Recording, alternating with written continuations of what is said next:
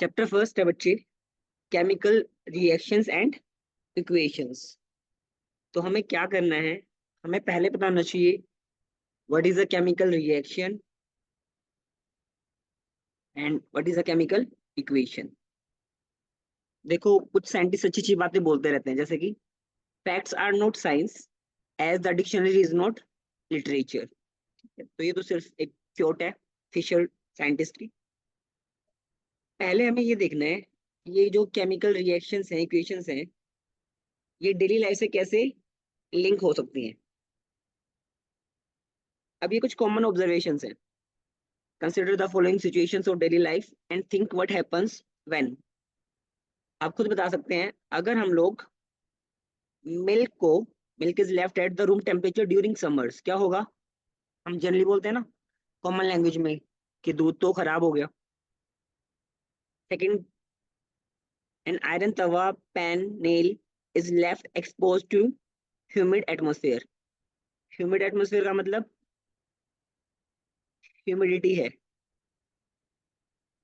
Humidity हमने class 9th में पढ़ा था, क्या होता है, amount of water molecules present in atmosphere. मतलब आप जिस एटमोसफेयर में रह रहे हैं उसमें कितने वाटर मॉलिक्यूल प्रेजेंट है, उसको रिप्रेजेंट करने के लिए साइंटिफिक टर्म है ह्यूमिडिटी। जैसे बारिश आने के बाद ह्यूमिडिटी जनरली क्या हो जाती है, बढ़ जाती है। ठीक है, तो हमें पता है कोई भी आयरन की ऑब्जेक्ट होगी अगर, और उसको ह्यूमिड एटमोसफेयर मिलेगा, मतलब वाटर कहीं से मिल जाएगा, तो आपको पता है कॉमन ऑब्जर्वेशन क्या कहती है, देयर इज रेडिश और ब्राउन अपीयरेंस। ठीक है, और हम लोग बोलते हैं कि रस्टिंग ऑफ आयरन हो गई है। ग्रेप्स गेट फर्मेंटेड, हमें पता है जो एल्कोहल फॉर्मेशन होती है इस प्रोसेस से होती है। वाइन इज वाइन एल्कोहल, ठीक है। फूड इज कुक्ड, आपको पता है मम्मी जब किचन में जाती है तो रॉ मटेरियल अलग होता है और जो फाइनल प्रोडक्ट होता है, जो फाइनली हम खा रहे होते हैं, वो कुछ अलग होता है। ठीक है, फॉर एग्जाम्पल मम्मी आपके लिए बना रही है खीर, ठीक है, आपकी स्वीट डिश है ये, फेवरेट। तो what is the raw material, raw material should be like rice हो गया, शुगर हो गया, मिल्क हो गया, and any another thing you want to add. ये सारे है रॉ मटेरियल। फिर इसको एक फिक्स प्रोपोर्शन में मम्मी मिक्सअप करती है, फिर क्या करते हैं, हीटअप करते हैं, जितना रिक्वायर्ड है उतना ही। Food get digested in our body, ठीक है, जो हम फूड खाते हैं वो डाइजेस्ट होना। एंड वी रेस्पायर, हम लोग सांस ले पा रहे हैं इजिली। बेसिकली क्या कर रहे हैं हम लोग, ऑक्सीजन को इनहेल कर रहे हैं और CO2 को एक्सहेल कर रहे हैं। ठीक है, तो ये बहुत ही कॉमन ऑब्जर्वेशन हैं, मेरे अकॉर्डिंग इनमें कोई दिक्कत आई नहीं होगी, आपको पता होगा। बाकी कुछ है, दिक्कत है तो बताओ, कोई क्वेश्चन है तो बताओ।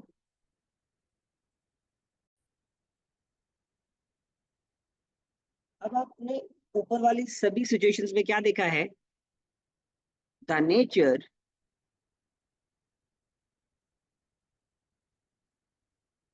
And identity of the initial substance have somewhat changed। तो जो इनिशियल सब्सटेंस लेते हैं ना हम लोग, वो क्या होता है बच्चे, वो होता है रिएक्टेंट। ठीक है, we have already learned about physical and chemical changes of matter in our previous classes। आपको यहाँ पे पता होना चाहिए फिजिकल चेंज क्या होता है, केमिकल चेंज क्या होता है। अब इसको मैं डिफरेंशिएट करता हूँ। whenever a chemical change occurs, तो अगर हम लोग केमिकल रिएक्शंस पढ़ रहे हैं, केमिकल इक्वेशंस के बारे में पढ़ रहे हैं, तो हमें कौन सा चेंज पढ़ना है, सिर्फ केमिकल चेंज पढ़ना है। We say that a chemical reaction has taken place, मतलब ये हमारे लिए क्या है, एक हिंट है। क्या है हिंट, अगर कहीं पे भी कोई केमिकल चेंज होगा ना, तो वहां पे क्या होगा, केमिकल रिएक्शन पक्का होगी। क्लियर है।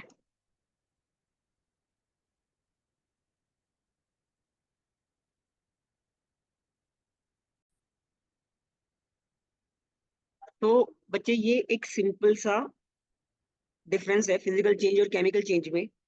फिजिकल चेंज टेम्परेरी होते हैं, केमिकल चेंज परमानेंट होते हैं। फिजिकल चेंज को रिवर्स किया जा सकता है, केमिकल चेंज को रिवर्स नहीं किया जा सकता। फिजिकल चेंज में कोई नया प्रोडक्ट नहीं बनता, केमिकल चेंज में नया प्रोडक्ट बनता है। फिजिकल चेंज में कोई एनर्जी एक्सचेंज नहीं होता, लेकिन केमिकल चेंज में एनर्जी एब्जॉर्ब या रिलीज की जाती है। फिजिकल चेंज में example you can say melting of ice, और केमिकल चेंज की बात करें तो formation of rust.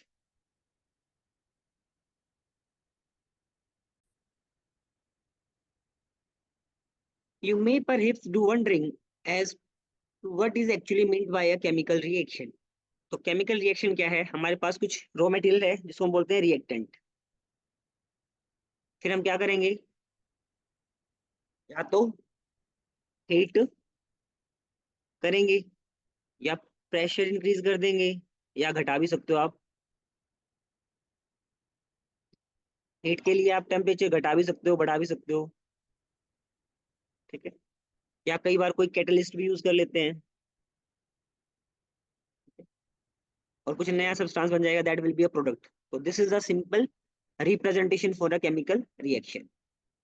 How do we come to know that a chemical reaction has taken place? इसके लिए कुछ हिंट दे रखी है हमें।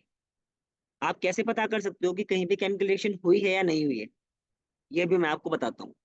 Late us perform some activities to find the answer of this question. Activity को बाद में पढ़ो, उससे पहले अगर आपको ये पता करना है कि कोई केमिकल रिएक्शन कहीं हो रही है या नहीं हो रही, तो हमें सिर्फ ये याद रखना है।